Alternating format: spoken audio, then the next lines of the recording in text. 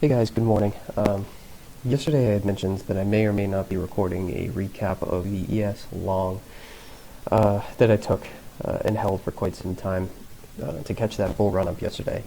Well, the reason that I wasn't sure about if I was going to do it was just because yesterday was such a rough day for a lot of people. A lot of people tried to jump in front of it, and they were, indicators were telling them to sell, so they tried to sell, and it just didn't work out. Now, the reason that I am deciding to do it is because from a lessons learned perspective, it's such a good lesson in terms of top-down analysis, going from your higher time frames, holding a higher time frame bias, and leveraging that to find entries, and then just riding it until your next target has been reached. Now, in the sense of new highs, like we're making here, and substantial new highs, well, how do you find those next targets? How do you know when to get out, when the market's going to oscillate? Well, yesterday for me, after entering the trade and holding it, it was very easy to manage, and I'll show you why.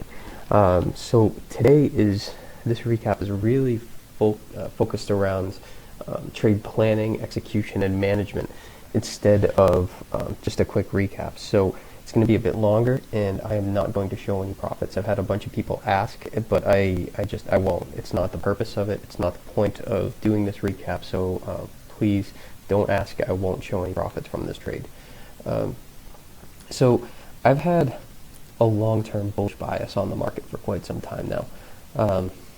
You can see that once we broke through that negative 23.6, we're sitting, for me, that 2500 is within reach. That 2468 is the negative 61.8 completion, and 2500 is just above that. So for me, that target's attainable. And so I've had a long-term bullish bias on the market for quite some time now. But if we swing down to our daily, so let's get into the nitty-gritty of the trade itself and how we entered the trade. If we take, I'm in the wrong daily chart, sorry about that. If we take our trendline tool and grab this point here, you can see that we've got a nice trend line. So this is, the last oscillated high that it made up until this high. And so you see that we've got a nice little squeeze going on here.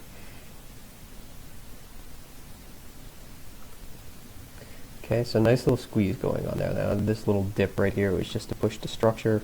You can see it was a really quick sell-off, but right to the 78.6 retracement. So nice little dip past structure, so it doesn't invalidate that trend line for me just yet. But that's not important. So what I'm looking at is we have this upper trend line here, and we eventually break through, and then right here we get perfect little retest. Perfect retest of that trend line. So my next move is to take that jumping off point where we kind of established that trend line, establish that break, and find its next jumping off point. So we have our trend line establishment, or a trend line anchor, establishment, and then its test, and then from there it jumps off. It just completely takes off. So now I've got a little channel that it breaks out of once again, and I've got my next jumping off point from the trend line. So if we scroll down now, and we start to whittle down our time frames, you can see we've got off of this trend line yet another trend line, and I'm just starting to build a trend. I'm just starting to build a bias, and so it's obviously long biased. Now this trend line here hasn't been tested yet. Okay, it hasn't actually come back down to tested it, but it did jump off substantially from this second point right here. So again, I'm just going to grab my trend line, find its next lowest point, which is right here, and now all I'm looking for is just where is it going to jump off from again. Okay, so if we scroll out, you can see that I'm pretty much just fanning upward here, right? It's just getting sharper and sharper of a move as we break more structure. And so now, just to clean it up, I'm going to take these away.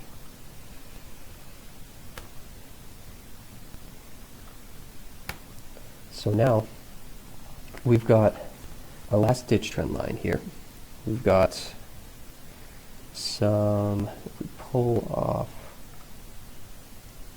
this level right here, we've got some support that once it gets broken, so we've got some support, it gets respected, then finally broken, but then rebroken to the upside. So now if we dip down below this trend line, I know that I have a good bit of confluence right around here.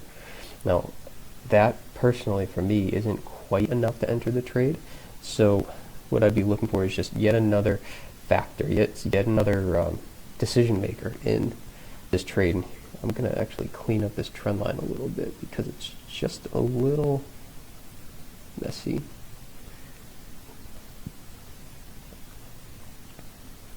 Okay, so now we've got, I pull my fib tool, the last jump off of this trend line up to its highs where it kind of petered out. Now we've got a lot in that area, right? We've got our support, we've got a trend line that it never really closes below, and we've got our Fibonacci retracement. So for me, now I've got structure. Now I've got things in my favor that I can start to plot out.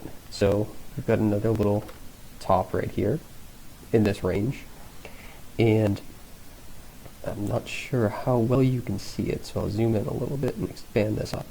So now we've got the option, right? We come off of this trend line, we go up to its find its top here, and then we come back down and we test this area right here. Well, for me, this area right here is my entry. That's where I want to get long, and then I have structure to base my decisions off of. So we get long here. I have an initial stop down just below here, and I'll adjust the stop to red, and then all I have to do is just manage. So once we pull above this trend line and we go test this top again, we come back down and we respect structure. We respect our support, our trend line, and now I can just pull my stop up and just let it ride. So now we've got structure again to the upside. So once we bounce off this trend line, we've got structure here. We break through, come back down and test, and then we take off again. So now I have plenty of structure in my favor that has been broken and tested.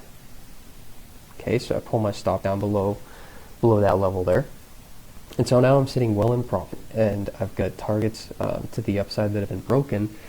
And so now my next target is at negative 61.8, and you can see how I was just playing for an entry, an oscillation, and then take off to that negative 61.8. And to prove it, you can see that I've got that mapped out ahead of time, right? We test here, come up, test our trend line, come up, test the highs, and then straight to the 61.8. So I've got that planned out. Then what? So now we're testing the 61.8. So now we're testing here. So price is currently here. That's not support or resistance anything, that's just where I'm saying price is currently there. So now what do we do? Well, there's no structure to the upside now. We hit our target. We hit our negative 61.8 target, but there's nothing to say it's going to reverse. There's no target, there's no true reversal point there. There's no structure. So I just rolled my stop up once again, and I told myself, and I planned out, if we break up and then come back and test this negative 61.8 really quick, 2400, and that's a 2400, believe it or not. That's a terrible drawing, but that's a 2400. 2400 is in the cards. It's our next target. You can see we hit 2401, so I was 1 point off. But how did I get that? So if we come down to our weekly, now you need to start to find structure. Now you need to start to find, well, what's next? What are we going to hit next? How are we going to establish our next point here? So if we take a trend line tool, we start to identify, and so I'll zoom in a little bit on that level. So this last little point here that the price really takes off, you get this test, this kind of test, this test, this test, this test, and it's finally broken. It's finally broken here. So once we break south, now we're waiting for that retest. And you can see that once we get through this structure, it's clear skies right up until that trend line. So that's now a target. So if we go down to our hourly, and my trend line was a bit off, I did it quickly just now, so if I cleaned it up, it would pretty much line up with the 2400. And you can do roughly the same with the 4-hour chart. You can do roughly the same with a channel topper on the 4-hour chart. So we can take this level here. Oh, sorry.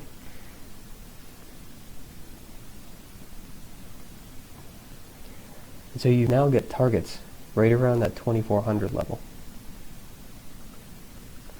And that's a bad trend line too. I apologize. But you can see how I established that trend line. And let's clean out this weekly just so that because it's driving me crazy right now.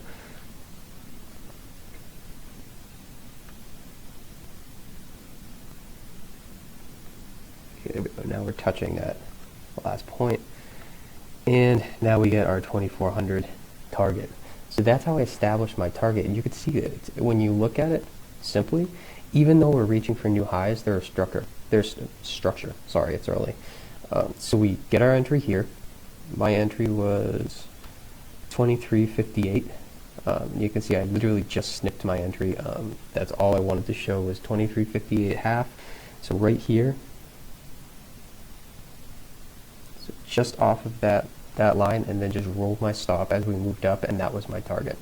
So again, a bit of a longer video, but I really wanted to show how you can leverage higher time frames and really plan things out. And if you have any questions, as always, comment, let me know, and I'm happy to answer.